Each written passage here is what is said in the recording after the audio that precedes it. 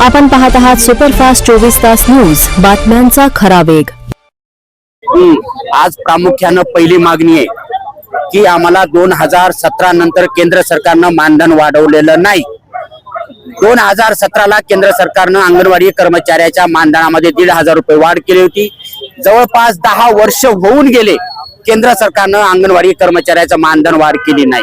दुसरा विषय राज्य शासनाबद्दल बोलायचं झाला तर हे राज्य सरकार, राज्य शासन केवळ या महाराष्ट्रातल्या अंगणवाडी कार्यकर्तीनं लाडक्या बहिणीचं काम केलं म्हणून हे आज खुर्चीवर बसलो। आणि या शासनाने त्यावेळेला आम्हाला आश्वासन दिलं की तुम्ही लाडक्या बहिणीचं काम करा, लाडक्या बहिणी वाढवा, लाडक्या बहिणीला तुम्ही तुम्ही सर्वे करा।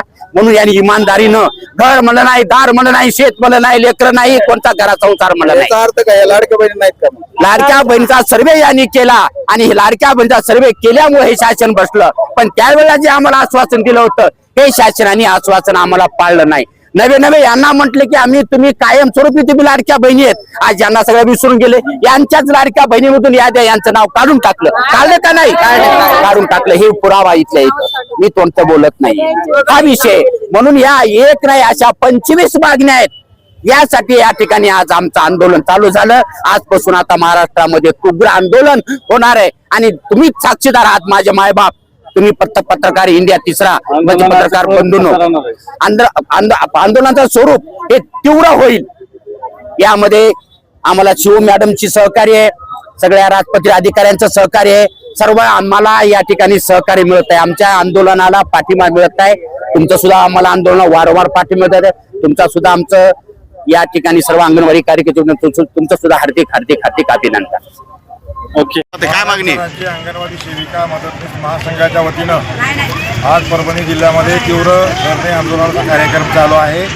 महाराष्ट्र शासनाला आमच्या अनेक मागण्या असल्या तरी त्या खोटं बोलून आमच्या त्या फसव्या मागण्या करायला अंगणवाडी कार्यकर्तीला 5,000 रुपये आणि मदतनीसला 3,000 रुपये मानधन वाढ करण्याचं महाराष्ट्र शासनाने कबूल केलेलं असताना 2,000 रुपये ते प्रोत्साहन भत्त्यामध्ये टाकले आणि 3,000 रुपये मानधनात टाकले। मदतनीस 1,000 रुपये प्रोत्साहन भत्त्यात टाकले आणि 2,000 रुपये मानधनात टाकले। प्रोत्साहन भत्ता त्याचे 10 निकष आहेत, ते निकष पूर्ण होत नाहीत।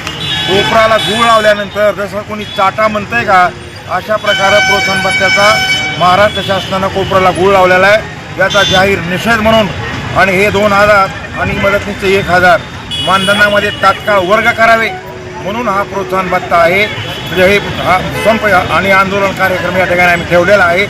त्याचबरोबर अंगणवाडी कार्यकर्तीला 27,000 आणि मदतनीसला 18,000 याच्या पुढं मानधन दिलं पाहिजे। कायमस्वरूपी कर्मचाऱ्याचा दर्जा दिला पाहिजे, तिला पेन्शन दिली पाहिजे। आता ग्रॅच्युटी देण्याबद्दलचे 2 वर्षापूर्वी सर्वोच्च न्यायालयानं आदेश दिलेले असताना सुद्धा हे महाराष्ट्र सरकार GR काढण्यामध्ये टाळाटाळ करत आहे। तर ग्रॅच्युटीचा GR तात्काळ त्यांनी काढला पाहिजे। रिटायर झाल्यानंतर अंगणवाडी कार्यकर्तीला तिच्या पत्रात काहीतरी पडलं पाहिजे।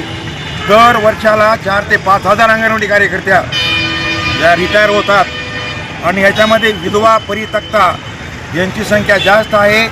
रिटायर झाल्यानंतर त्यांना भीक मागायची वेळ येऊ लागलेली अनेक वेळेस महाराष्ट्र शासनाच्या लक्षात आणून दिलं तरी हे मोहम्मद तुगलकी सरकार याच्यामध्ये सुधारणा लवकर करीत नाही आणि म्हणून या सगळ्या मागण्या लवकरात पूर्ण केल्या पाहिजेत, नाहीतर पूर्ण राज्यभर तीव्र आंदोलन आम्ही केल्याशिवाय राहणार नाही।